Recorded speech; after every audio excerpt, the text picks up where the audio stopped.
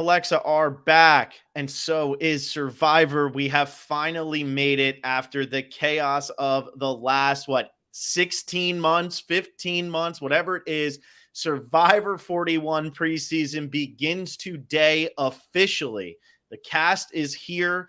The 18 people are real. I've never been more excited to see 18 new faces, even though I've kind of seen them a couple times now. But hey, this is the official day. CBS.com/Survivor pretty much doesn't exist anymore. So we're going based off of everything else. That is like one thing I learned today. Alexa, how you feeling that we are back and Survivor 41 is a real thing that's really happening? I am feeling so great. The reason my phone was just up, if anyone is staring at me while Phil is talking, is because I was putting this on our Instagram story because we finally have things to post about on social media. I didn't count down the days. I know you just counted down the months. It genuinely doesn't even feel like we're talking about a real new cast. And sure, we may or may not have seen these, but I have actually not been able to dive into this cast whatsoever today. I got to my computer about 20 minutes ago for the first time all day. So this will be a new kind of cast assessment for Phil and I together. But this is so great. We are finally getting, I missed all the cringy questions and answers. It's all cringe and it's all kind of funny. And I'm so excited. And this is so early. This is the only day we did not plan for this to happen today. I'm looking at the date is August 30th, and I feel like a cast has never been announced in August before. It's so they used to do them in mid-August and they just stopped altogether. And then I got a text from John Millsap today. Hey, can't believe they did it today. And I was like, did what? I'm sitting there not prepared at all. And here's the deal. We know you all are super ready to talk about new Survivor because, hey, we've been dying for it here. What else do you possibly want to talk about right now? But we have a sponsor here for this episode, and it's Vintage Survivor Store. So you're all ready to talk about new Survivor, but we're taking one last moment to reflect on the last 15 months of watching our favorite old school Survivor seasons. Maybe you're one of those people who just came to the realization that Vanuatu really is a top 5 season, and you wish you had merchandise from that season. Well, Vintage Survivor Store is the place for you. Vintage Survivor Store is an online shop stocked with brand new mint condition memorabilia from all your favorite old school Survivor seasons. We're talking buffs, bandanas, limited edition mugs, and autographed photos, t-shirts, trading cards, and more. Family-run operation was started by longtime Survivor superfan Dan Knoll, who Jeff Probst called the gatekeeper of all things Survivor because of his collection and connections within the Survivor community. Sadly, Dan passed away from cancer last year, but his family continues to run this incredible online store in his honor. And right now, Survivor Specialist listeners can get 10% off their entire order at Vintage Survivor Store if you make a purchase within the next 48 hours. All you have to do is go to VintageSurvivorStore.com and enter the code Season41 at your checkout. It's VintageSurvivorStore.com and coupon code Season41. Head over there quickly to take advantage of this limited time deal. Get your favorite old school Survivor memorabilia. And if you are an Ethan Zahn fan, this is the place for you. Go over there really, really quickly. Huge shout out to one of our dear friends of the podcast and patrons, McKenna Feeney, who really set us up with this connection. We're really excited to have our first ever real live sponsor, and not only real life sponsor, but actually directly related to Survivor. This has never happened. Isn't that fun? It's so fun. And if you're interested in that, it's in the link, Season 41, VintageSurvivorStore.com. It's one of those things like Alexa and I, we always look at it with the sponsors. Who do we want to go to if we could get a sponsor? This is the perfect thing. We've all been sitting here watching old school Survivor. Alexa and I have come up with so many pointless, random little YouTube ads or YouTube playlists, whatever you want to call it, for the last 15 months. So go over there. If you've re-fallen in love with an old season, that's the place to go. They have a Vanuatu hat, which I might go get. So anyway, Season 41 cast. Woo! What's up? What's up, Season 41 cast? So we all don't know if any of these people were actually on the original Season 41. We don't know if these are people who are just coming, brand new because we had the big diversity campaign after everything that went on back in March, April, and May of last year. We don't know what is going on here. If these are all newbies who were recast, if these are people who've been waiting around for a year and a half now to get out there and have their chance to play, we don't know. But the one thing we do know is that they're all here, and we're probably going to get their stories a lot more in depth as this starts going on. We have 2 Canadians, and in terms of diversity, there's definitely a check mark in that box for this season. Alexa, it's 3 tribes. We barely know anything about them. We didn't really get any interview type questions, which makes a lot of sense considering during COVID, I doubt they were going to have the press go out there to Fiji. It's difficult enough just to get these people out there to Fiji. Initial takes from the 15 seconds you spent looking at these people today. Oh my gosh. Yes. So I actually, my notebook, which is like a step away from me right now, I actually had everyone broken up by tribes, but like Phil said, I have not been able to look at this cast whatsoever today. And I'm actually just looking at the very first person that we're going to be talking about. But from what I saw, just based on the photos of this cast that I may or may not have seen a few months ago, I was really excited. And now just reading through, just like reading through the press. And even though they couldn't do like the direct interviews, I do know that Parade is going to be coming out with their usual like features. So I think we are going to get more in-depth content as the cast continues to marinate on the public. So super, super excited. Yeah. And I saw the video that they all did where it was like, why I'm going to win Survivor. And I forget who it was, but somebody said, because I'm determined. And I was like, everybody else got like 15 seconds, 20 seconds, 30 seconds. You said one word. I forget who it was, but I'll remember as we start going through this. Yeah, if you're a patron of us, you know that we've known these cast members for quite a while now. Inside Survivor put it out there a long time ago. So we've known about it. And if you've been listening, you've had literally like 200 days of daily content. And I think like 50 or 60 of those days was just about the season 41 cast. So this isn't new to us, but I'm very happy that I got to hear their voices. And I'll tell you what, somebody like David, not the voice I was expecting at all. And wow, is he just going to be a strategic game bot type player? I cannot wait to see this guy play Survivor just based on what I saw from his I can't wait to hear the voices, because even just the full body shots are completely different than, crazily enough, the blurry Instagram shots that were taken on Inside Survivor. I don't recognize any of these people in a good way. They got the total island glow up here. So I love it. Shout out to the photographers. Well, and shout out to the photographers. Looking good. Yeah, and shout out to the photographers for the Phil and Alexa Survivor Specialist show here, because I have the pictures in a PowerPoint here. All the pictures came from Robert Voets from CBS. So all of them came from him. They're all at the bottom. It is there. But I'm sure his photos look much better than what I have going right now, because I have the nice pixelated. Hopefully you can see their faces. If you're watching this at home, hey, at least you'll have a general idea of who we're talking about. So we're going to break this down actually by how the tribes were kind of rumored to go down. So we want to do it that way, because for those of you who have been following us from the beginning, you know that we do our bootlist game. We do our we'll do a power ranking game for our $20 patrons. We have a bootless game, and we have our prop bet game, which is going to be the bigger one. The prop bet game is always the best one. We're going to be doing all of that. And so it's just easier to tell you already what tribe they're most likely going to be on, so that when you're making those, you're not shocked. I'm sure it's going to come out very shortly anyway. Maybe it already came out today. I don't know, but I did not see it, so I don't believe it did. But we're just going to go kind of based on how it's going. So yeah, let's do it. Let's get started. Okay, here we go. So we're starting off with one of the tribes, which I didn't look up the names. One of the tribes, and we're starting with Eric Abraham. There he is. What did I tell you about Pixely? What did I tell you about Pixely? I'm looking at did you not just like take a screenshot of that? I did.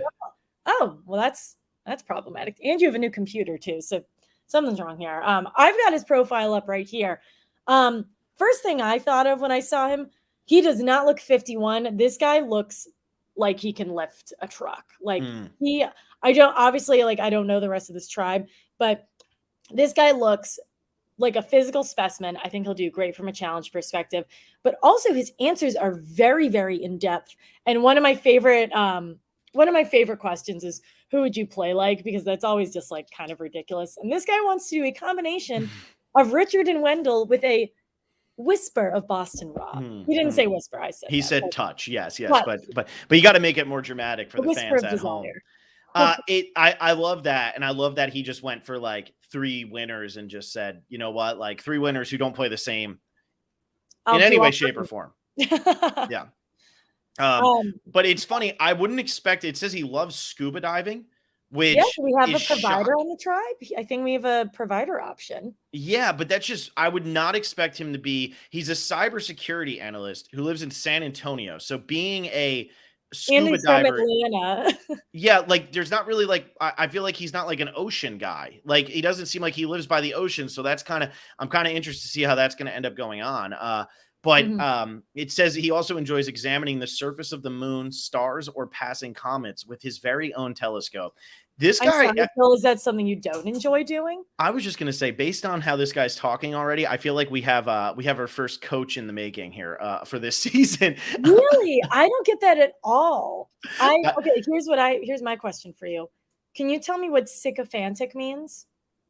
Because I ye- Googled it and I really liked what I got out of the Google because the similar word was toady or creepy.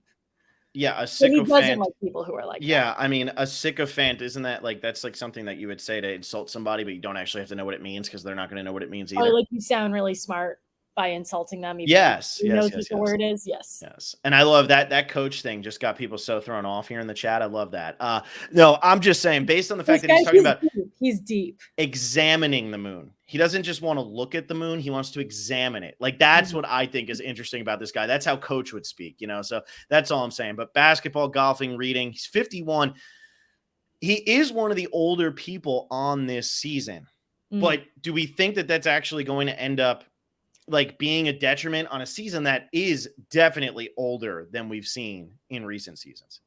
Yeah, and I don't look at him. I mean, here's the thing, and this is terrible, but a lot of times when people target the quote unquote older player, it's usually because they appear to be older. Mhm. I think if Joe Del Campo didn't look as old as he was, then I don't think then I think people would be looking at him as a different type of player. I never would guess 51, and this guy clearly seems to be very like able-bodied in terms of a challenge and or provider aspect, but I think he's clearly well researched. He's thought out. He likes to look at the moon. I mean, this guy, Yeah. he doesn't strike me as somebody who's going to stick out, even though you just related him to coach. So you and I are going totally different ways. No, I don't think he's going to stick out. I just think it's funny just reading those two quotes. I'm like, who would speak like this? The Bard coach. That's who would speak like that. No, he also was in the Air Force.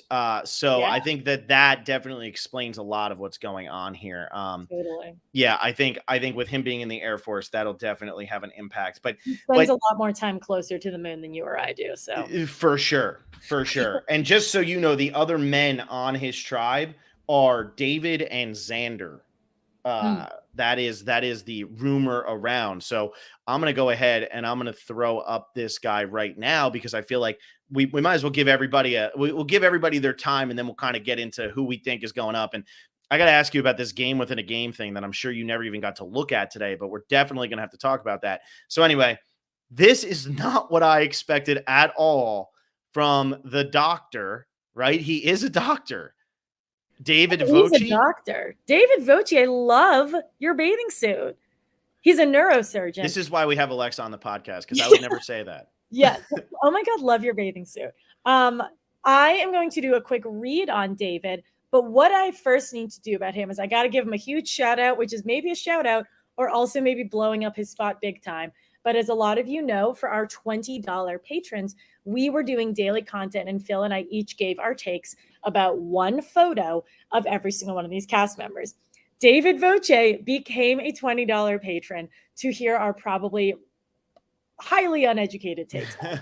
Shout out to you, David. Thanks for yes. And I'm sure it is very, very, very uneducated takes because I think I had David though pinned as a definite villain on this season. I think I had him pinned as a villain, and I still think that he is going to be a villain based on this picture and based on in his little like 3 seconds that he got in that entire episode or in that entire little clip. He just said like, I have a strategy and I'm going to execute it. And the way he spoke, I was like, this guy is going to be a game bot. It's really funny right now. Everybody in the chat is saying he looks just like Ben Shapiro. And oh my God, does his face look just like Ben Shapiro? He looks just like Ben Shapiro. That's a great Great. Yeah, that's either a great compliment to David or a great insult. It's going to depend on how he feels about Ben Shapiro, but he looks a lot like Ben Shapiro. So yeah, I mean, yeah, we're strictly talking about him from a physical perspective. So that's what we got. His hobbies include eating, so I like him.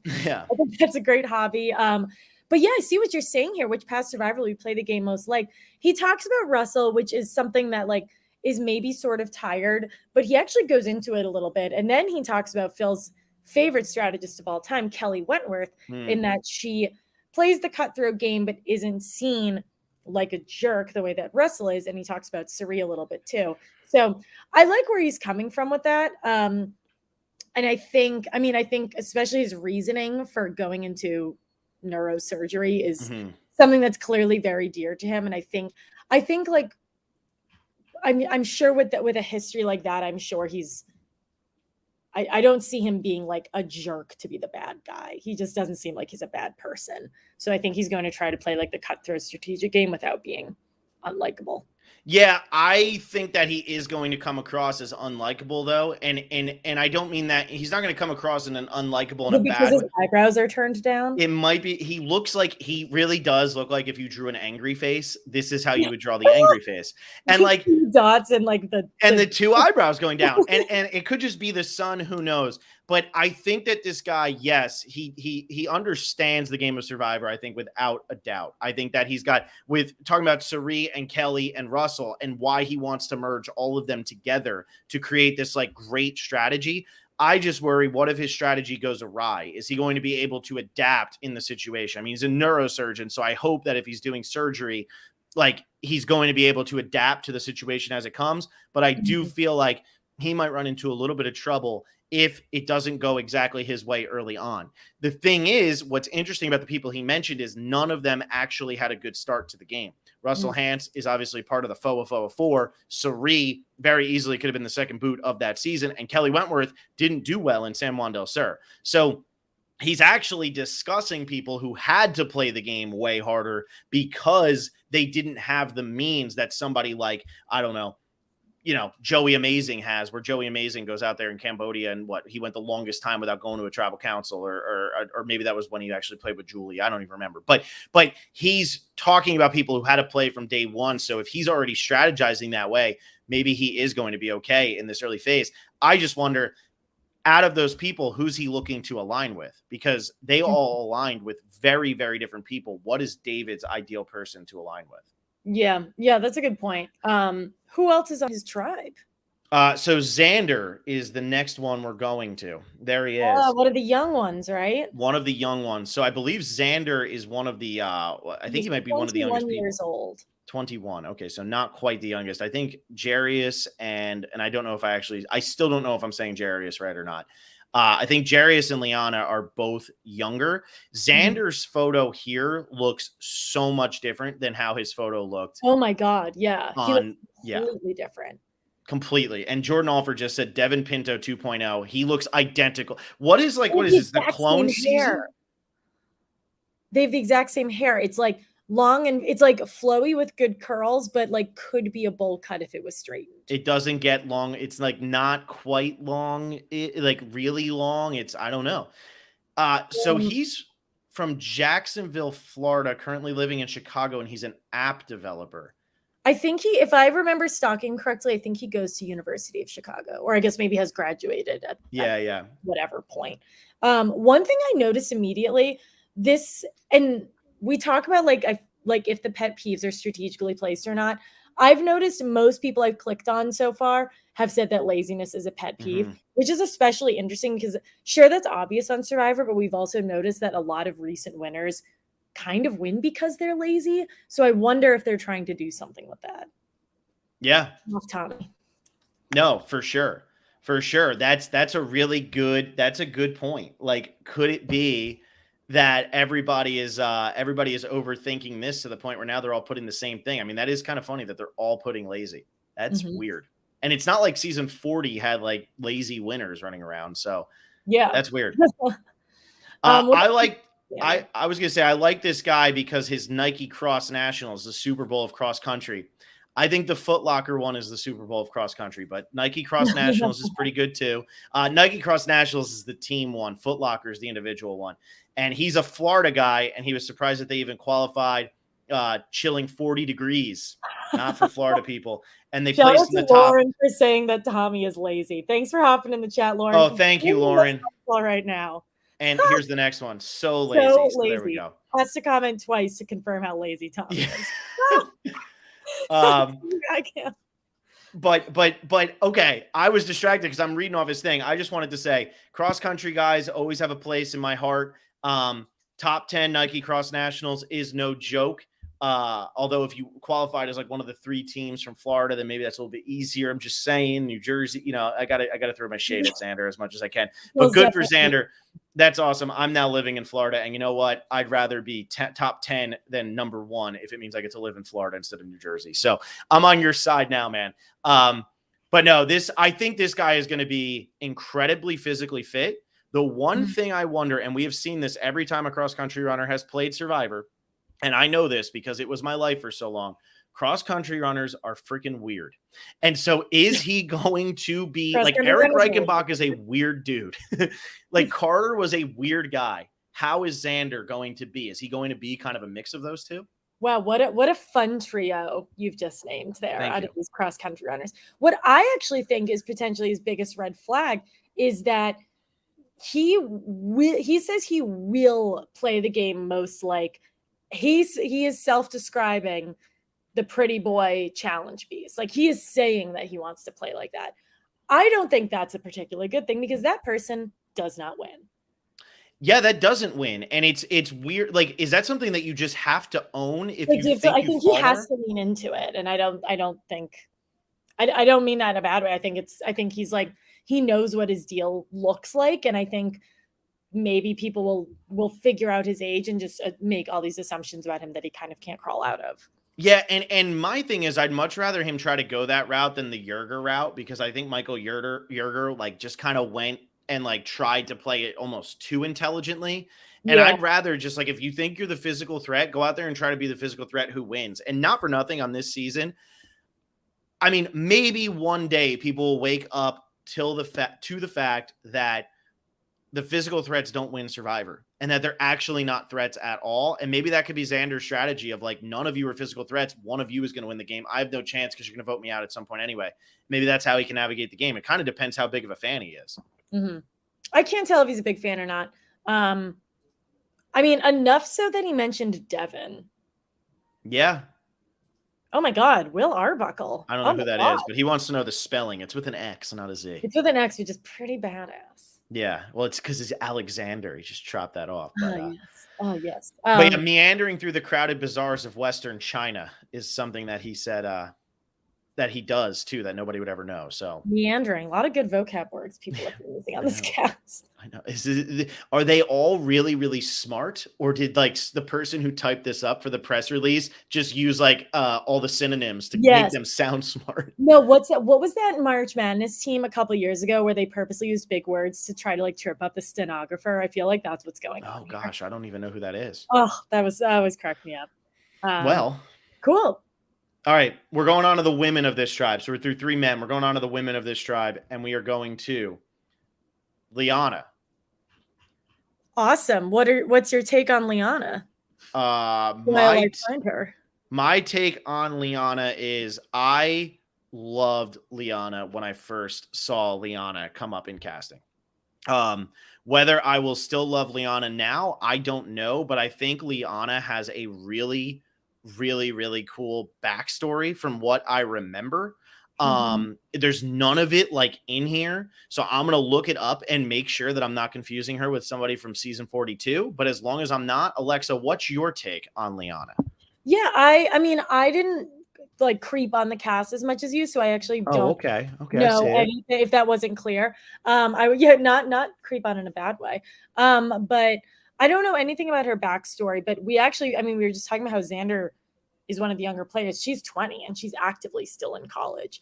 I just think I think she doesn't talk like a college student. I mean that in a good way, like talking about how and why like Misty Copeland is her hero. I think that's really well thought out. And I think Mm-hmm. that kind of applies to the rest of her answers.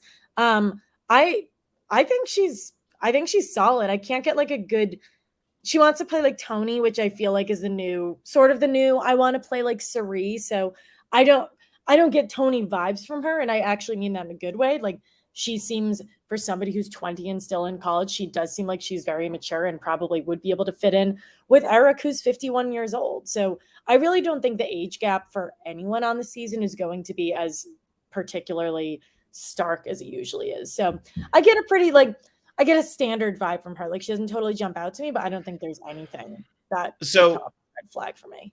She went and did like a thing out in Cameroon. Oh, cool. And she's lived in Japan with her family. She's Jewish and African American, and she's then she like did like this whole thing like out in Cameroon. I don't know exactly what it was, but it was some sort of like student delegate or student activist or something like that. She does spoken word poetry. I think that there's a lot of depth to her that you're not necessarily going to get from a lot of 20-year-olds. And I mean that as a sincere compliment, because like when I was 20, there was, I was deep, but I wasn't as deep as I thought I was. And I think that there's probably a lot more depth to Lyanna than what we were thinking. So what might originally come out when you're looking at just this EW thing, like I really like her. I think that she's got a really good shot if she can fit in with this tribe. I don't see David being somebody who was like, I'm coming in the game to play with 20-year-old Lyanna. Like, I doubt that. So it's going to kind of depend on where things set up on her tribe, but maybe Zander wants to play with Lyanna. Yeah, I think you could get an automatic Zander connection. She's also from Evanston, Illinois, and he lived in Chicago. And I know Evanston, I'm pretty sure, is a suburb of Chicago. So there's an automatic connection there, along with them being very close in age. Is there any part of Illinois that's not a suburb of Chicago? Like if people live there, it has to be near Chicago. I think they exist, but I don't think they're on Survivor. Yes, that's a good point. That's a good point. Yeah, so I'm actually a big fan of Lyanna. I think she could be sneaky. I think that she could be a somebody that we don't on paper, it doesn't scream, okay, finalist or something like that. But I think she's somebody who could sneakily make her way through this game for sure. All right, let's go on to the next person. There's my mouse. All right, we got Evie. So I got to actually bring up Evie now. So not what I expected her pictures to be. So go ahead, Alexa. Evie doesn't like men. Are you okay with this, Phil? She doesn't like men, not all men, but I can't stand machismo and mansplainers. Anything like that drives me insane. I don't know. I'm not like, I don't have machismo. A guy who pronounced it Budapest. That's funny. Well, let me explain to you why Budapest is funny, Alexa, real quick. Maybe that'll get Evie mad at me. I actually wait, Phil. I didn't understand the joke. Can you explain it to me? Yeah, let me explain it to you, and then I'll get that going. So okay, here's gonna be the thing for Evie then. Who on this tribe is the mansplainer, do you think, out of the three men that we already talked about? Who's Evie going to have the hardest time with out of the three? And to the three men who are listening, apologies in advance because we don't know you. But who do you think Evie's having the hardest time with? I feel like you're totally baiting me here. I am. That's why I'm not doing it. You do it. Strictly because this person made it very clear that they want to be a villain, I'm going to go with David, but he doesn't strike me as a mansplainer. He seems like a lovely guy. Yeah, I'm doing a qualifier because Phil's making me say something bad about someone, which you all know I hate to do. I am very curious to see how this will play out. I like Evie. I like that she wore a tie and shorts in her other picture. I love that she leans into the fact that she used to be straight and finds it confusing that people ever believed that. I think that is hilarious. Yeah, I love that. And I also, I just love that Survivor, no matter what happens, no matter who the person is, no matter what their personality is, it's like, all right, we're going to put up your bikini photo, even though in the other picture or whatever, in the other picture, she's wearing a tie and like something else. So like, but I liked Evie originally. I think Evie's got like a pretty good idea of like speaking like to groups of people. Is she leaning into this man hate thing? I think probably. Maybe like part of her for sure is like, I hate the mansplainers and I hate some men and they're my pet peeve. But I think she's leaning into it because, hey, it's going to build up a much bigger fan base right now to say that. So. And she's being funny about it. Like, that's what I appreciate. Like, she's being pretty funny about it. I did like she said, oh wait, maybe it was someone else made a comment about how short they are. She's 5'2". Never would guess that she's 5'2". Does not look it. Yeah, I can't gauge how tall anybody is because that's true. Hometown, Westchester, New York, probably like one of very few New Yorkers on the season. So sup. Oh my God, and lives in Arlington, Massachusetts. I grew there up. You go. So now, is that your favorite player now? I think I have to, because it's annoying. There's normally like way too many people from Boston and New York on a season, and now it's good. Now I get to pick a winner or whatever. There you go. And you're picking Evie Hagoda. That's it. I don't know. I don't want to commit to anything yet. I like her. We'll see what ends up happening. We'll see how opinionated some of these players are when they start playing Survivor, and how opinionated they are in the pregame. Yeah, they always get super spicy in the preview. Yeah. And then a lot of them turn it off to go further in the game, or maybe Evie will be like very in our face early on, and then maybe she'll go far, or maybe she'll just, how so many people in the past who don't turn it off go out early. So we're gonna get something fun regardless of how long we get her. Yes. And now I'm going to take a second to go to the next picture so we can actually pull this up, and so that we can all get to her, because I haven't been getting to anybody either. Last person from this first tribe here. Boop, boop, boop. It is Tiffany Seeley. Tiffany Seeley, who also /blow up became a $20 patron of the Survivor Specialist and Alexa. All of our money came from I think future I said great things about Tiffany. She the teacher? Yes. I'm liking Tiffany. So Tiffany, I went through, and for season 41, for our $20 patrons, I made the case for why a woman was going to win this season. And then it all came down to my case being that Tiffany was going to be the one who was going to win this season out of the women. And I literally broke it down based on, out of all the other women who are playing this season, we haven't seen anybody like them win, but Tiffany closely resembles some of the older women who have won this game before. So I'm giving her a little bit more of a chance just because of that. But that's where I got to. So I'm definitely a big fan of Tiffany, the teacher from New York, who likes running, talking to people, building things in the house. And she's funny, loving, and loud, which, as we all know, New Yorkers are loud. So we're not surprised by this. She also did all caps loud just to really get it across. I think she's going to win because clearly this woman's day-to-day life includes things that you do on Survivor, such as not brushing your teeth before bed and, quote, never washing your face. I love that she said that. And also her pet peeves, there are 2 people so far who have complained about loud chewers. So maybe there's another loud chewer on this season. Maybe. I get that. I mean, I'll go into the TMI here. I also hate brushing my teeth before bed, and my fiance gives me a really hard time about it. And I'm probably doesn't like, breathing in that. Well, I'm not going to lie. I don't like breathing in mintiness. So, whatever. And I'm just trying to McDonald's flavored toothbrush. I also get to bed like 15% or 15 minutes earlier than her. So, it's whatever. But I'm just saying, like, you got Tiffany here doing that, not liking to brush her teeth, not liking to wash her face. Are we buying that these are things, or are we thinking that she's playing this up for the promo? I mean, I bet that's one of those things that like not many people admit, but a lot of people actually do. I love Tiffany. I have a concern that she said she hates being wrong. Most people hate being wrong. However, on Survivor, you are going to be wrong a lot of the time. How does she respond to being wrong? I assume that also her being a teacher, I'm not sure what grade she teaches, hopefully not 4th grade, so she doesn't talk about it all the time like Tommy did. But I think being a teacher is an amazing, amazing quality. Teaching time with Tiffany. Good comment, Jordan.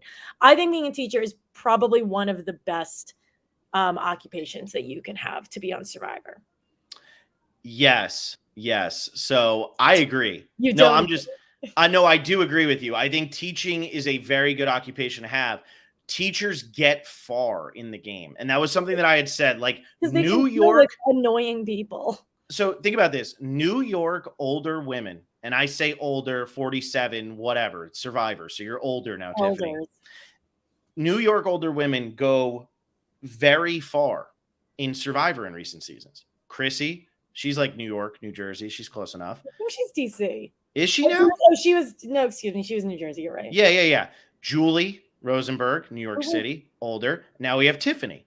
And I think that that's going to help her. But I also think the teaching thing helps her unless she does go this whole Tommy route of like, I'm just so suave and I'm so good. But I don't think she's going to go that route. I think she's there to be in your face.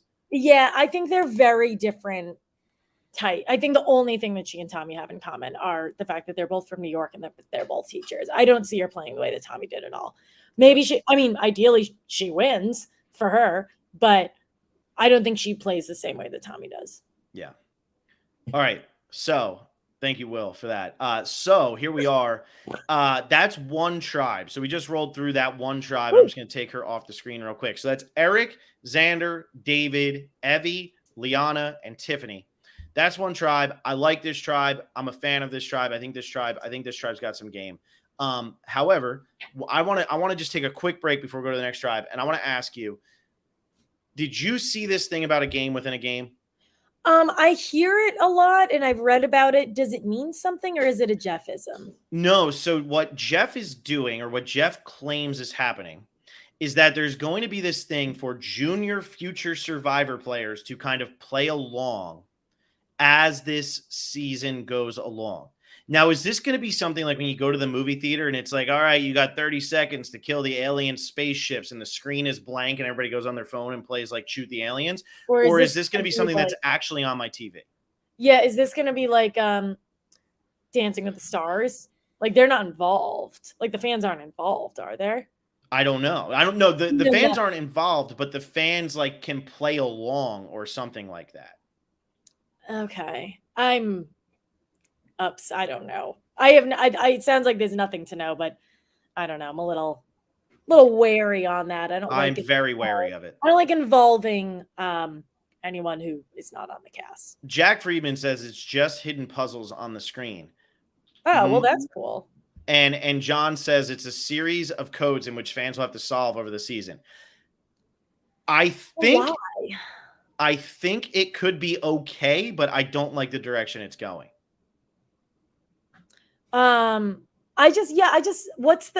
Sure, that's cool, but I'm watching TV. I'm already watching something. Yeah. Interesting.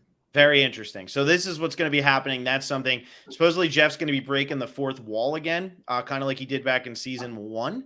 I'm more okay with Jeff breaking the fourth wall. I think that's okay for him to kind of explain, hey, this is what's going on.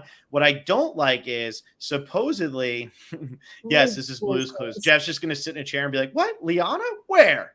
Look around. But what I don't like is supposedly we're going to be told things in advance. And like, what would you do with this information or something like that? They're definitely going in on taking new chances and trying to make this a new era of Survivor. Yeah. But I'm always going to be somebody who sits there and is worried until I actually see it proven. And this one has me a little worried. Yeah, I don't know. It just seems like if I'm already watching a show, why do I need to play? Maybe you can like do the puzzle too, like in a challenge. I don't know. We'll have to. And then we'll like keep the episode going for 2 hours until one of the fans figures out the puzzle. Yeah. Like, I don't know. And then they get to vote someone out. Yeah, this is interesting. It's going to be interesting, but I just wanted to bring that up before we get into the next tribe. Okay, no, I'm very glad you did. All right. So did that give you enough time to get to the next person too? Yes, and this is someone I already had read about. Very excited about. There he is. Oh, am I frozen? No. You just screamed Brad, so I figured I'd let you keep going. Yes. Brad does not look like what he looked like in his at all. This guy looks like he's 35 years old now. Brad is jacked, and it's probably because he's a farmer, but he has, first of all, best teeth on the season so far. Also, aged 50, does not look 50. I really think that although there seems to be, we're talking about a lot of 20-year-olds, we're talking about a lot of 50-year-olds, I am not seeing a gap. I really think everyone's going to gel pretty well here. Yeah, I think that there's enough on both sides of the spectrum, and there's enough people to bridge the gaps in between.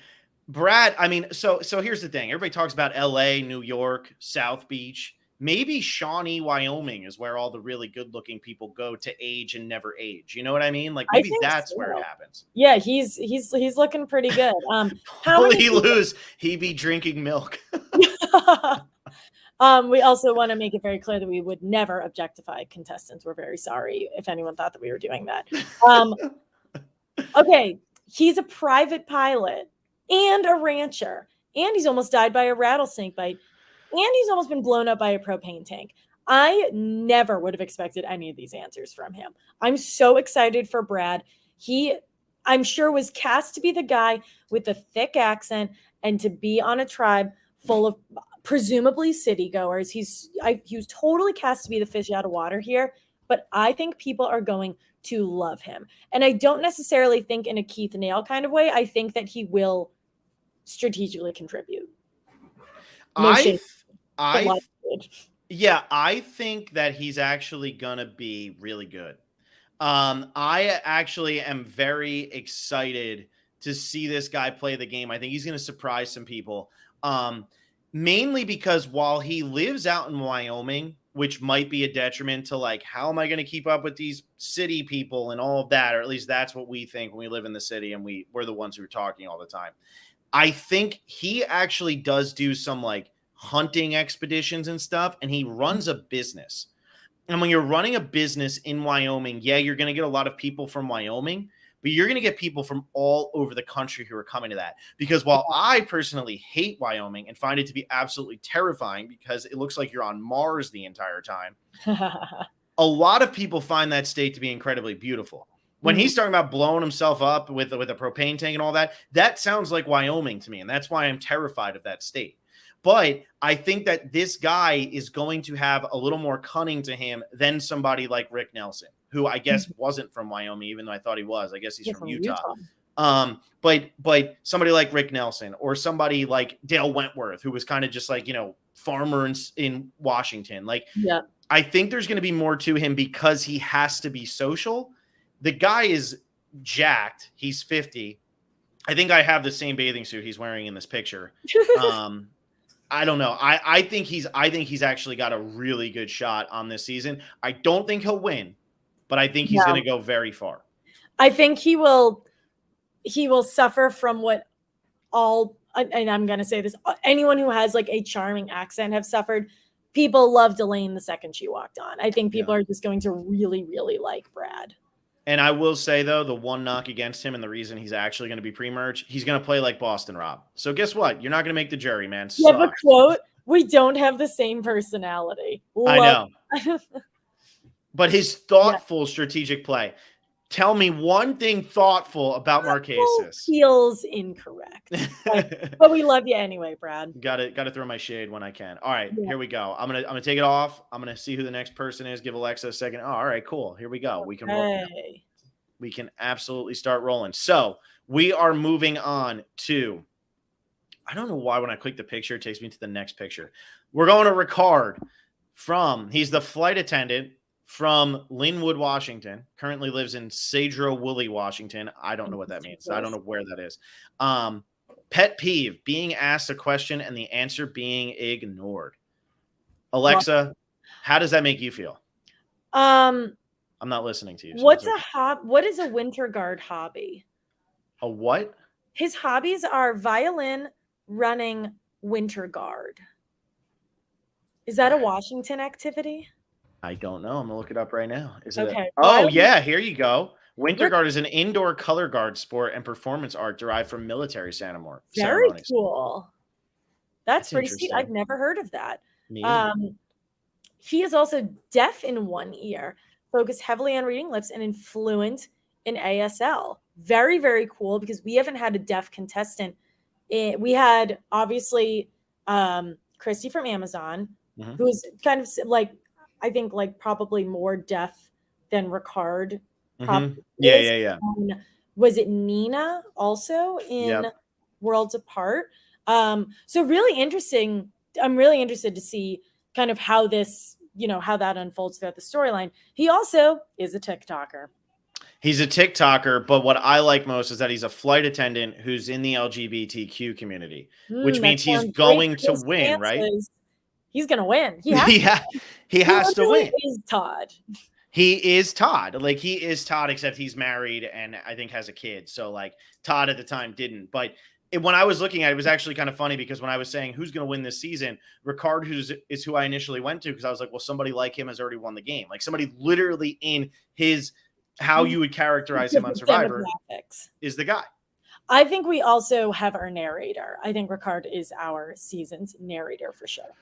Yeah, I think he's got a good story immediately coming in with the deaf in one ear thing because even when you look at somebody like Chad from Vanuatu, who wasn't a massive player on Vanuatu by any means, he got a lot of screen time early because of that. So I think Ricardo will get a lot of screen time early as we introduce this cast and as we get into it. And I don't know. I think he's gonna be good. I agree. I like that he says he's gonna play like Aubrey Bracco, but win. He's just got to make sure not to take Michelle to the end. That's all.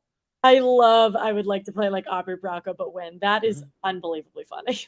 Yeah, he's just got to not take a Michelle to the end. And Ricard, you'll know that I will stand the Michelle if you find another Michelle out there. Yeah, Ricard, watch your tongue with comments like that. Yeah, you better be careful here, man. I'm not gonna pick you to win just because you said that. Yeah, but I do think though, in all seriousness, the flight attendant thing is a good career to have. To play Survivor. You said teacher, but I think flight attendant's another good one. T-Bird's a flight attendant. We've had pretty well. They go pretty far because their whole life is being social. When you're on a plane and your flight attendants suck, that flight sucks because then you're uncomfortable. You're like, I'm a nervous flyer anyway, but like if you have a bad flight attendant, like we flew back from Colorado like not too long ago, and the flight attendants were like angry the whole time. That makes the whole flight tense. You got to be a good flight attendant. You got to be able to be social. You got to keep people comfortable in a situation that a lot of them aren't comfortable in. And so I think Ricard is going to do pretty well, and I think he's going to. I like the men on this tribe a lot. Yeah, this is a good tribe so far. Very different too. They're super, super different. Yeah. Well, and it's about to get even more different because now we're about to get the 20-year-old. So we're about to get Julius Robinson, who, again, like, I love the men on this tribe. Also, I believe he has we've gotten 500 DMs about this. He's like commented on one of our videos before, which like is pretty cool. Like, we're always going to think that's cool no matter what. I wish I knew how to pronounce his name correctly. We're definitely butchering it, and I'm sorry. Yes, so we'll learn it correctly soon, and we're sorry in advance for butchering it. He has some great answers to some of his questions. What did you think about him? I like him because he likes us. So yeah, we can't even lie about that anymore. I have to throw this out there. Who of our fans was like, oh, there's Julius Robinson's name? And I remember that one time 7 years ago when Julius commented on this video, I'm going to go find the exact, like, how do you do that? Alexa and I have talked about in the past, like, hey, maybe we should do like a little snippet or something of like something we said, and then we can never find it. How did you find that? I don't know. It always creeps me out when people tweeted us. They're like, but you said this one thing 6 years ago on this tell-all. I'm like, oh goodness, this is just terrifying. Also, doesn't like loud eating. This is the third person to not like loud eaters. I'm telling you, it's a conspiracy. Yeah. Also, he volunteers at a children's hospital. He is a genuinely wonderful human being. There you go. And he wants to play like a culmination of Parvati, Fabio, and Jeremy Collins. That's a great trio. So he's going to be flirty, silly, and a dad. A very well-rounded dad. I was going to say a firefighter. Yeah, either way. No, I like the Fabio reasoning, though. He says he wants to be underestimated like Fabio. I think that's a good thing when you're coming in and you're young and he's thinking, okay, I'm going to be underestimated. What can I do with this? And how can I make that work in my favor? Seems like he's going to have a really, really big personality, which I'm all about. He did say that he was popular in high school, which feels odd. Not in a bad way. Alexa, because you weren't popular in high school? Is that why it's odd? I feel like, no, I sure wasn't. I mean, I've but I feel, and also this is for what it's worth, he's 20. So like high school is obviously the most recent relevant experience in his life. But I feel like most people who say that, that's like not usually a bragging point. However, he wasn't like everyone, like I was so cool. What he says is that he had a hand in every different type of friend group. Yeah. I think that says a lot. Always a good thing. Always a good thing. Always And good. I think that could help him on this season because his tribe, just that alone, is a wide range of different types of personalities. Somebody said it's Gyrus. People are thinking it's Gyrus. Maybe it's Gyrus. I'm sorry by butchering it, but if it's Gyrus, it's Julius Robinson. That's what we're going with. We're big fans. Big fans. Should I just say he should be my winner pick before you take him? No, I'm not. I'm not going to let you take a winner pick yet. I'm going to make you wait until we get through all 18 of these. That's our halfway point, by the way, folks. So halfway. See you guys in 3 hours. All right. Oh, God, no.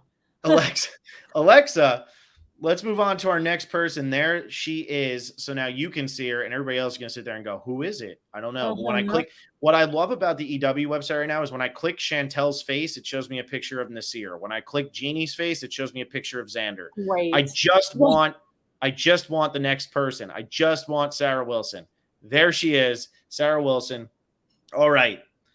Sarah Wilson. Consultant.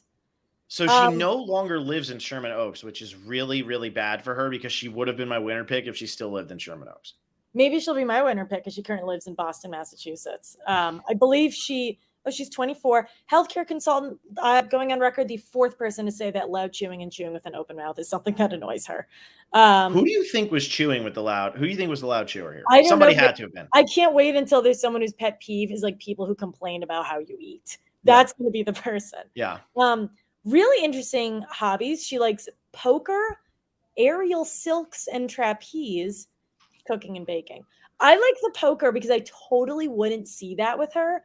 And I think that shows that I think people are going to look at her and assume like the standard 24-year-old, but I am so not seeing that with her. I really like her. No, I think she's going to be a lot more of a physical beast in these challenges than people are going to think. The aerial thing, she does the dancing where you're literally you're on the ribbon that hangs down and you're doing flips and whatever. That takes an insane amount of strength, and I think she's going to be really good with that. Yeah.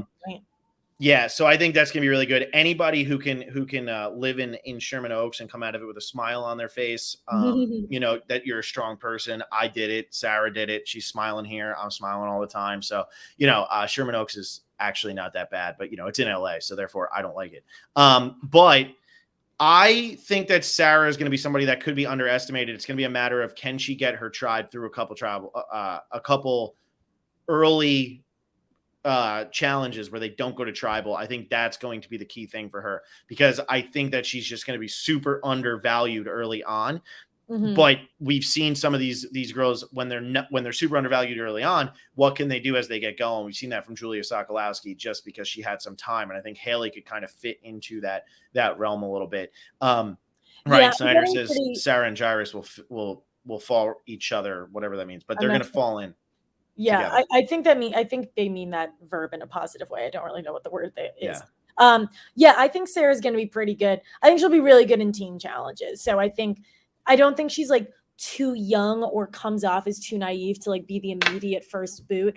I actually think that her answers are very empathetic. She's 24, she's a bit out of college. So I actually think I think she'll assimilate pretty well, and I see a late merge kind of thing for her. Yeah, so I'm looking to, and for those of you who are wondering, are we going to have COVID mentioned on this season?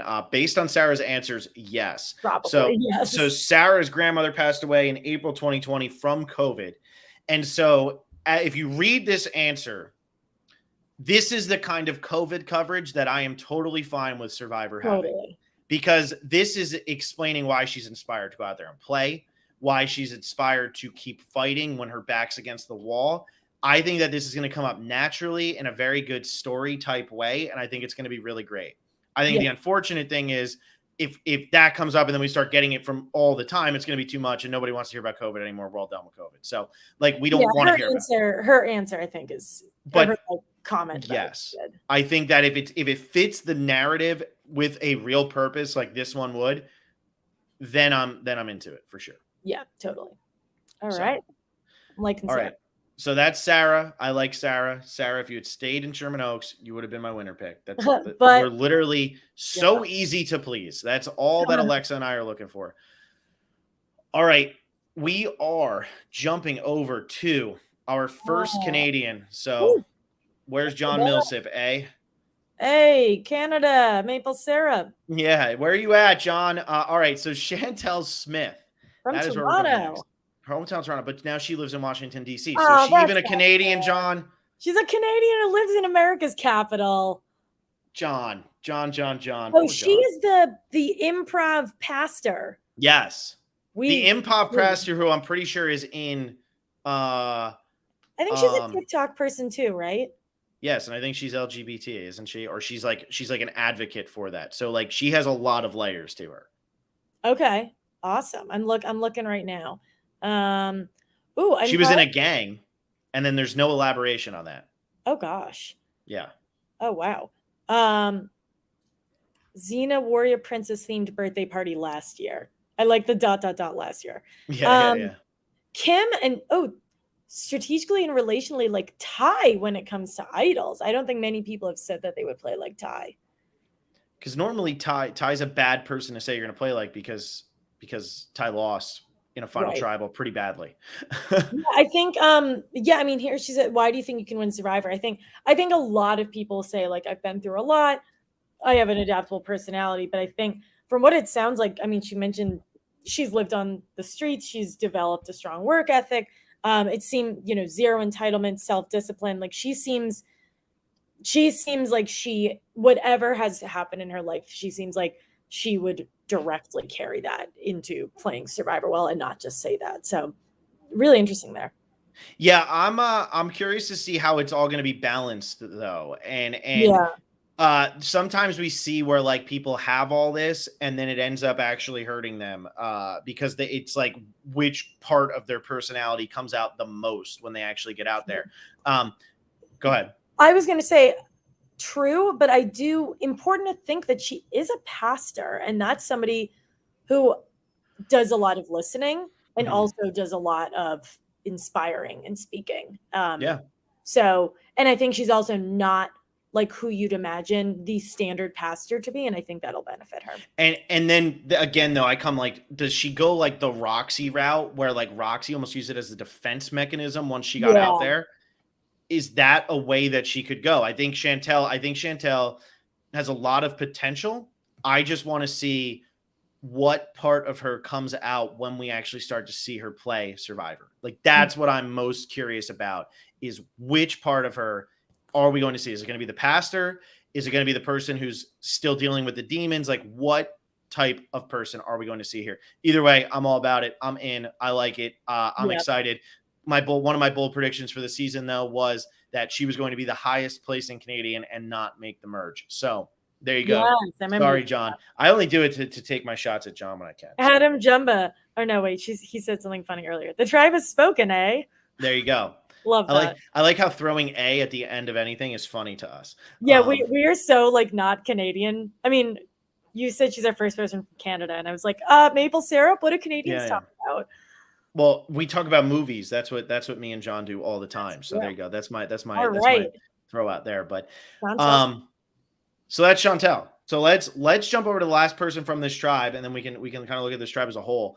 And this is Character City. She's got the nose ring going. We love a nose ring. She's a grocery clerk. Like we've never had that. I can't believe we've never had a grocery clerk before. I know. It's such a common job that like, how is that not something that we have more people doing? Right. Got the accomplishment you're most proud of. I got the Hustle Award 1 year at basketball camp when I was 15 years old. I think I also got that. So love that for her. I got to say this. She's now 46, and that's the accomplishment she's most proud of.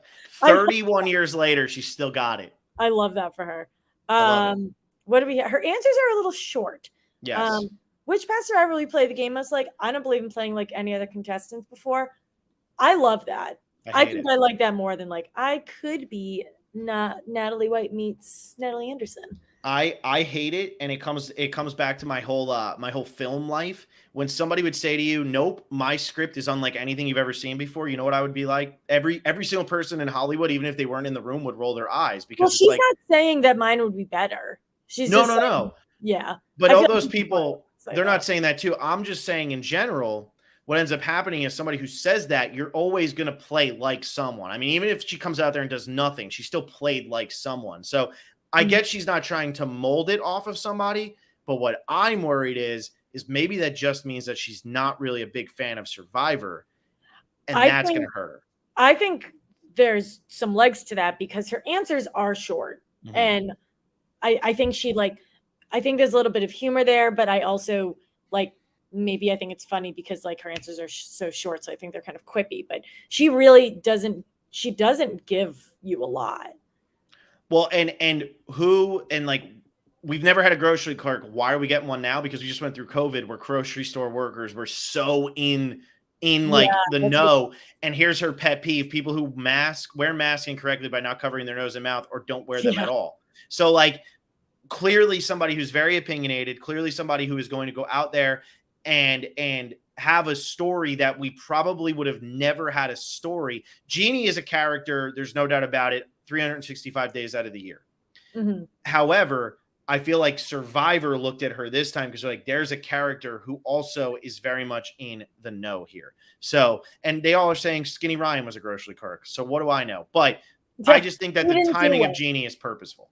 Skinny Ryan didn't do so well. So let's see if Jeannie does any better. Yes, exactly. So, right. I don't know, Alexa. What are your overall expectations for Jeannie though? Do you think she's really I think kind of like you said, occupation that we don't see much of. I think I originally was we're going to get a huge character, but I just don't know because Jeannie doesn't give much in her answers. So I don't know. I'm just a little disappointed by not a ton of elaboration, and maybe she's not a huge fan, which is good. I'm totally down to not have a cast of super fans. Yeah, that's fine too. So we will see. I don't know. Jury's still out. We will see with Jeannie. All right, so we're moving on to the next tribe. So that was the second tribe. Third tribe. I know. So we're getting down to the last tribe here, and I don't have a random talking point to segue into because I covered all. That's totally fine. So let's go to the third tribe. I believe the colors are green, blue, yellow. I had it written down, but I don't have a notebook on me. Yeah, and I think we're on to the blue one now. Maybe somebody help. Maybe blue. Anyway, Sydney. Oh, let me guess. Phil's love interest. No. She is the only one though on this season who they are outwardly this is supposed to be the really, really attractive person on this season, which is a good thing for Survivor because I tend to think that seasons where there's one or two eye candy type people, guy and girl sides, Zander could end up being the eye candy on that side. Yeah. When you have too many, in Ghost Island, and everybody's really good looking, you get really shitty seasons. But when you have one or two lumped in, and you could have a Vanuatu type thing where there's one or two really, really attractive people and then other people who are attractive but not necessarily on the show for that reason, you get some really interesting dynamics. And I think that Sydney being the only one is probably a good thing. So I'm going to go ahead and I'm going to say, yes, they clearly were hey, here's your bikini pose. Do this one because you're the eye candy of this season. But another one with a lot of layers going on here. She's also the California state champion across country. Phil, your thoughts? That's a hard one to win. However, to beat. However, also lives in Brooklyn. I'm in Brooklyn right now. Sup? However, and I gotta do this. New Jersey is one of the only states where it's actually the whole state runs against each other to be state champion. If she went to a really, really small high school, she's not running against the best runners in the state. So she's the state champion, but she didn't run against people who might have beaten her if she actually had to run against them. So because they only go up to sectional, they don't go further than that. Okay, still impressed. I'm still impressed. That's good. Absolutely love that she wants to play like Natalie White, not just for the memes, but one that's clearly someone who's watched Survivor. Mm-hmm. She was able to assess her place on the tribe and in her alliance while consciously nursing Russell's ego. That is how you win Survivor. You win by being very aware of your placement in an alliance, as well as whoever your number one is, being very aware of what your relation to that number one is. Yeah, for sure. And I think that's going to work in her favor. I think she's very self-aware. I'm athletic, but not some 6'2" buff dude who will be threatening. I'm not a creature of Yeah. habit, can adapt. Been watching Survivor. I have the If benefit of she can hindsight. run, she's probably great in endurance, but I'm sure she knows that like she probably can't lift anything too crazy, but Yeah. she'll be the last one to collapse on a challenge. And what's funny is I actually think that with the way that this is going is she's out here in this small bikini as the eye candy, and I think she has no interest in playing the game that way. Based Yeah, on I her don't think answers, it doesn't I seem don't like it think at so. all. Yeah, I don't think she wants to be, which good for her. Good for her. Weird for Survivor because they normally Yeah, have they're that like, one please. flirty person. They don't have it right now, do they? I Yeah. don't know. I don't think so. I think people are overplaying. I think people are sick of playing that way. And also I think every woman knows that, like, God forbid they look at someone the wrong way and they're gonna seem like Parvati. Who? The next Parvati. That was perfect time. I love that text because like I don't know how to talk like that. Like I just think of SpongeBob with that weird face and his hands behind his back. That's all I got. So Totally. no, I think I like Sydney. I think Yes, Sydney's got potential. She's like the anti Jeannie. Jeannie doesn't seem like she knows Survivor at all. Sydney seems like she knows it really, really well. I don't think Sydney is going to give Survivor and casting what they thought they were going to get out of Sydney when she actually comes out and plays the game. And I mean that as a compliment. I like that. So I like it a lot. yeah, so that's Sydney. Okay. Next, we are moving on to our second Canadian of the night. And we are talking about Erika Kasupanen. I don't know how to say her last name. Erika Kasupanen. 32, Niagara Falls, Toronto. Occupation, communications manager. I didn't know. I've been Niagara Falls is the only place in Canada that I've been. I didn't know it was someone's hometown. Very cool. She had a funny comment about her height.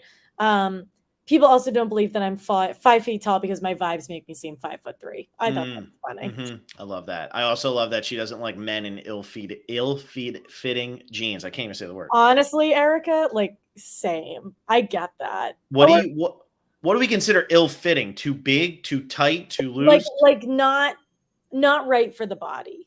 And I don't think that's a men thing too. I think it's just like I mean, she said that, but like someone wearing clothes that like clearly do not fit them in a too small or too big way.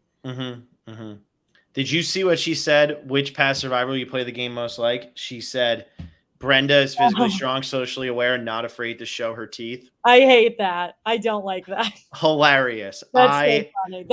That's a wink. That's somebody who knows Survivor. I am so in on that. I cannot get enough. I love that. A lot of Todd comments. I love this. Yeah, these are fans, and I think Survivor tried to get a good balance of fans and people who had no clue what Survivor was to kind of create like this weird like hodgepodge. Yeah. What do you think about Erika? She seemed like I like her. I'm not like crazy about her, but she seems like wholesome. Like she seems like someone I could be friends with. I really like Erika. I think she's got no shot. Okay. That's my thing. I don't see how she fits in on this tribe. Tribe. I don't see how she navigates to the end. I don't see how she wins. Like I see her with Evie more than I do with Sydney aligning. Yeah. I just don't have a good feeling. And if she's gonna align, like when you look at her tribe, I don't love what her tribe is doing for her. I don't have high hopes for Erika. I like her. I think she'll be fun. I don't think that she's gonna go very far. There we have it, people. There you go. Okay. Whoa, I did the wrong picture. Eek. Oh no. I didn't put a picture of Heather. Oh no. No. Right. Okay, well I have a photo of Heather. Do you have a photo of Heather? Can you share the screen? Oh gosh. I don't know if I can do that easily. Oh, I might have messed up the tribes then. Heather Aldred. Here she is. She's a stay-at-home. Okay, well, I'll talk about Heather while you're still working on that. I'm never going to find a picture. Heather is 52 years old. I believe this makes her the oldest person on the season. However, there are 2 people who are 50, and conveniently, all 3 of the players who are in their 50s are all in 3 different tribes. From Charleston, South Carolina, lives in Charleston, South Carolina. Her occupation is a stay-at-home mom, which I absolutely love. I think we have only gotten like 1 or 2 others. I remember I don't know who we interviewed who said this, but they said that a previous casting director was not a fan of stay-at-home moms. I'm actually really glad that we're getting that perspective, because I think so many times we're getting like the magician's assistant or like the Love the whatever. magician's And assistant. I knew you would like that reference. There are a ton of stay-at-home parents, and I assume that a lot of them watch Survivor. So I think having that perspective would be really good. She is very warm. Like, I get a really warm vibe from her. I really like her off the bat. What do you think? No, I really like Heather. She is the oldest woman on the season, which I think would be her one detriment. You know what I mean? Like Sure. anytime you're the oldest person on a season, that could hurt you. So But she I'm cusses like a drunken, sunburned sailor. what does it say? She said, well, Dave just said, I'm getting Lisa vibes from Heather. However, Heather said, what is something we would never know from looking at you? I had a challenging upbringing. I have a passion for opossums, and I cuss like a drunken, sunburned sailor. I I like am that. non Heather. I like that. And maybe me not having a picture of her and doing this completely wrong will actually be a good omen for her. Maybe she'll end up being the winner because I totally butchered getting the right picture. I put Tiffany twice for those who are wondering. Which Tiffany's only on the season once. Heather is on this tribe, so at least I have the right tribe going. But yeah. I lost her. I'm liking her a lot. I'm a big Heather fan. Yeah, I mean, I like her. I think she's got a good shot. Now let's talk about the women on this tribe though. So far, we have Heather, Sydney, and Erica. Do we see a world where those three women all team up and actually play this game together? I was mixing that up. I was thinking Evie was on that tribe, but that was the second tribe. Yeah. Ooh, out of the two of them, I don't know. On paper, I'm trying to think of which two would pair up. I don't know. I think depends on how like the men breakdown looks. Yeah, I mean, they're all very different. Yeah, I do not really think that these three women are going to pair up. I think that could be to their detriment, because I think the three guys will pair up, because when we get to the guys, I think that they actually are like groups that would play this game together. And so I have the Heather picture, but I don't know. I can't. So I'm looking at Heather. Everybody else will find Heather. Heather, sorry if you're watching. Blame it on me or Alexa. You can blame it on Phil. Let's look at the men, though, because I think the men actually, I think this is a good grouping here for the men. So we start off with Danny, ex-NFL player. Sure looks it. He's jacked. He's jacked. He could beat me up, I think. Maybe. Probably. I'd give him like a 51% chance of beating me up. What do you think about Danny being an ex-NFL player coming out and playing Survivor? I am very unconcerned for him. I think he is going to be I mean, you and I are both football fans.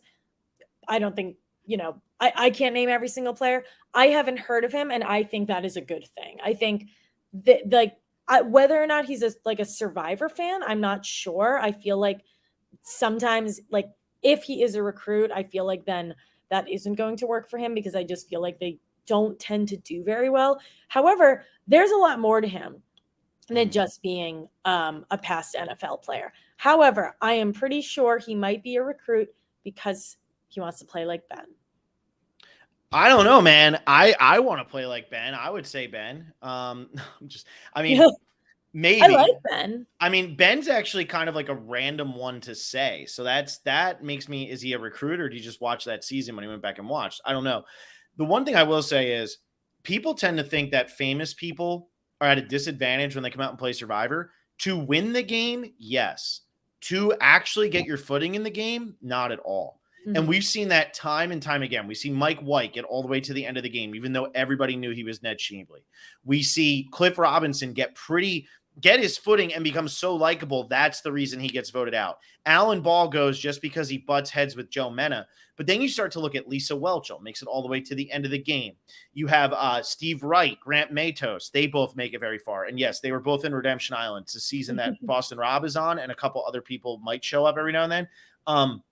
But ex-athletes actually do pretty well on Survivor, despite the fact that they don't really ever have a chance to win. They definitely do well in terms of longevity. Yeah. But it's just, I don't think he'll win. Just like upsettingly, I just hit the cards are in his favor for that. That's what I think too. I think that ultimately he'll get near the end, and then I think something will end up getting in his way that'll stop him from being able to win. Just because he'll be too physical, or he'll have like people follow something. It's just not going to work out for him in the end, as it always does for these people who come out and yeah, I can see him. I think he totally makes the merge. Yeah. For sure. Yeah. Who are the other men on his tribe who we think he's going to vibe with? So we go next to my man, Naseer. Yeah. I love Naseer. He was originally going to be my winner pick, but then I had to like convince myself, like, no, like he's not going to win, Phil. Stop. He is a sales manager who for a large majority of his life grew up without running water in Sri Lanka, like had nothing. He says he's achieved the American dream, grew up in poverty, living in a mud hut with no electricity or running water for half his life, never held a cell phone or touched a computer until he was 18. Wow. Worked his way up from selling vegetables on the street to making multi-million-dollar sales for his company. Here he is. He's a cricket player who plays like semi-professional cricket. I love Naseer. I think Naseer is one of the best casting decisions they've made in a long time. And I think that Naseer is somebody who can win this game without a doubt. I love this story. Mm-hmm. I hope he tells no one. Yeah, exactly. I genuinely think that will probably be a big deciding factor for him, because this is somebody who clearly has had a very different path through life than a lot of this cast, and I think a lot of people in general who play Survivor. And he seems like he's clearly somebody who knows how to work his way around a difficult situation. So I think that's really good. He does not seem like somebody who is particularly braggy or would maybe feel the need to bring it up in a way that could be detrimental to him because of how impressive and inspirational of a story this is. Yeah. I like him a lot. How did you know that he's like semi-professional with cricket? Does he say that here? I saw that's one of his hobbies. I stalked all these people to do our Patreon content. So if you want to hear just like me talk for 5 minutes about every one of these people, become a $20 patron, because I did my research. I did my homework. Here, I'll throw it up just so everybody knows it's here, and we'll do it while Naseer is standing there. Patreon.com/Survivor Specialist. There it is. Yeah, so that's where I found it. I just saw it on there. I think he's got a really good shot here. I think ultimately he'll end up getting cut near the end. But my thinking with this tribe, and maybe I'm completely wrong, but here's my thinking with this tribe. They're going to go to tribal one time. They're going to vote out Heather or Erica. And I actually think the guys and Sydney are going to be an alliance that happens here. I think Sydney is going to surprisingly get along with these guys, where out of all of them, the only one with like some ripped body is Danny. But I think the way that this tribe is lined up, it's not like Sydney's going to go out there looking to flirt and do all that stuff. I think that she's going to align with these guys. I think she's going to have the best personality that fits with the guys. And I think that they're going to see her as a really strong competitor. And I think the four of them have a really good shot to do some things in this game. So that's what I have for that. Awesome. Yeah, I think Sydney's probably the one who connects the most, but I don't know. Maybe this is because I just really like Heather, but I think they will be drawn to Heather. I think she's not somebody who seems like she's going to be like the weird separate, like she's older, like she's so separate, she's like terrible in challenges. I actually think that she'll contribute quite a bit, that they would potentially keep her over someone else. Yeah. And that's not to say that it's like the guys picking which of the three girls. I think there very well could be one of these guys who sticks out too. Yeah. No, for sure. For sure. All right, let's go to this guy then. And this is the last person from this season. Final contestant. Deshaun Radin, who's living down here in Miami right now. Ooh, what's Miami. up, Deshaun? Call me here. So he's living down here in Miami. His answers are long. He did some YouTube thing called What's Up Doc that you're able to find. It doesn't have very many views, but I'm telling you, I stalked these people. So I know everything about this. What can you tell me about him? Because I've been reading his answers and they're long, but I'm not getting anything major out of them. Yeah, he's long-winded. That's about it. He's like a medical scribe or a medical student, something like that. And I think that it says he's a medical student, but I think he was like a medical scribe. I don't know what the difference. Okay. I don't know what a scribe does. But anyway, I just think that he's a very positive guy. He's just got. Yeah, he seems empathetic. He mentions that a lot. Yeah, and I think like where David is a neurosurgeon and you'd be like, oh, he like works like with people and he's like a doctor, whatever. I think Deshaun is going to be that guy. Gamer Girl saying here she doesn't like that Deshaun wants to be a villain to the audience. I didn't realize that he was going to try to be a villain to the audience. That's very Brian Heidick though, because he wants to be a hero to everybody else. I just think at the end of the day, I don't think this guy's going to become villainous really at all. Yeah, and he doesn't say it. I mean, his past survivors, he wants to be like Suri and Wendell. I mean, they're pretty universally loved people. So Jordan says he's kind of like Jamal. I mean, maybe that's kind of the personality here where it is layered. I mean, Jamal for sure had heroic moments and then he had some villainous moments. So I think like maybe Deshaun fits in there and just I don't know. I like Deshaun. I think that Deshaun, Danny, and Nasir are gonna have no problem all teaming up together. I really think that they're going to have no problem all teaming up together. And I think that's going to help them. Yeah, I know. And that's the thing. All three of these tribes, there's 6 people. There is not a lot of wiggle room. You need to find someone quickly and you need to find 2 or 3 people pretty quickly. Yeah. Yeah, absolutely. Wow. And that's when you have 6 people. Now here's my question. Do we think that there's going to be tribe swaps early and often in this game? I think that there's only going to be 1 tribe swap before the merge, but there's only 26 days. So if you switch them up after 3 votes this time, you're switching them up after like 6 days. What's the point when normally it's after 12 or 13 days?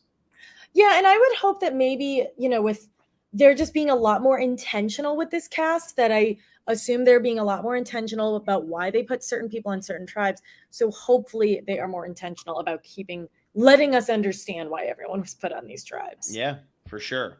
One could hope. I'm hoping that it's just 1 swap and that's all we get and we just roll from there.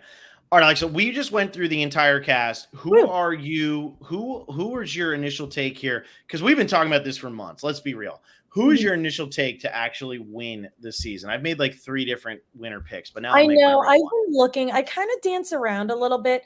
I think this is something that I never ever do, but I'm going to pick a man and a woman, and they're both pretty young.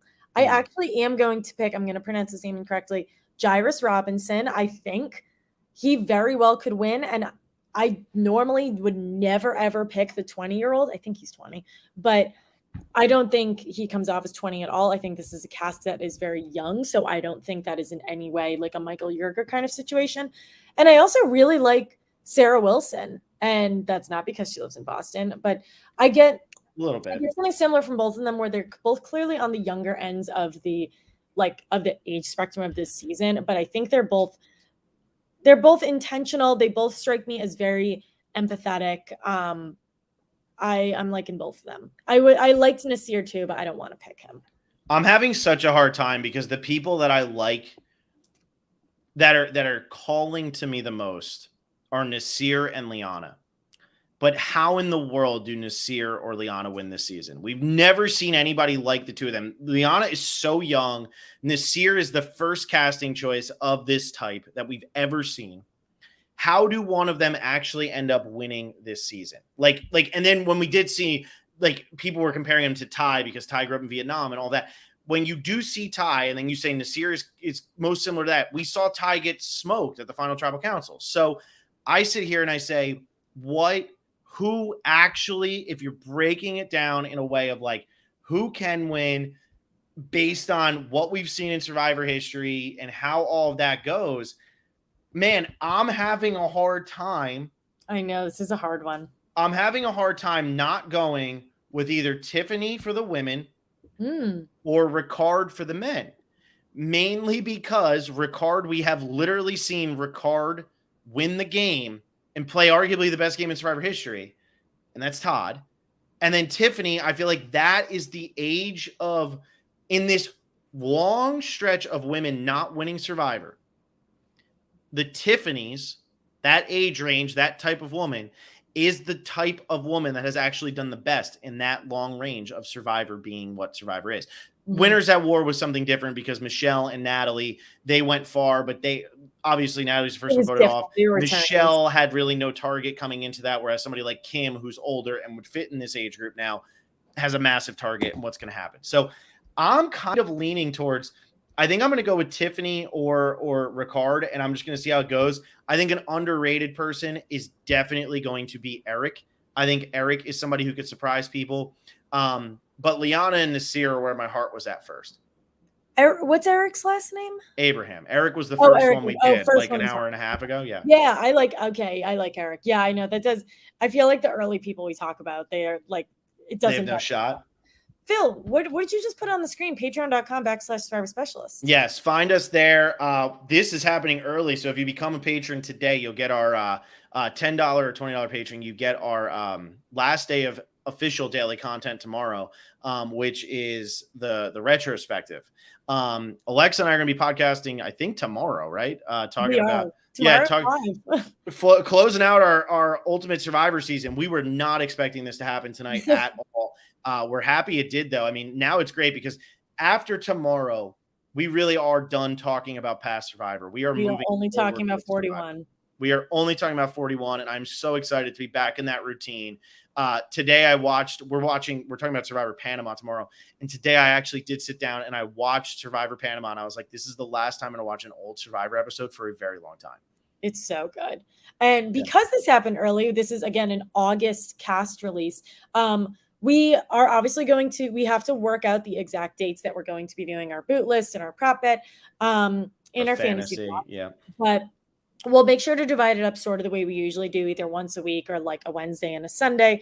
Leading up into the season, we are 3 weeks and 2 days away from this season, which is incredible to say out loud.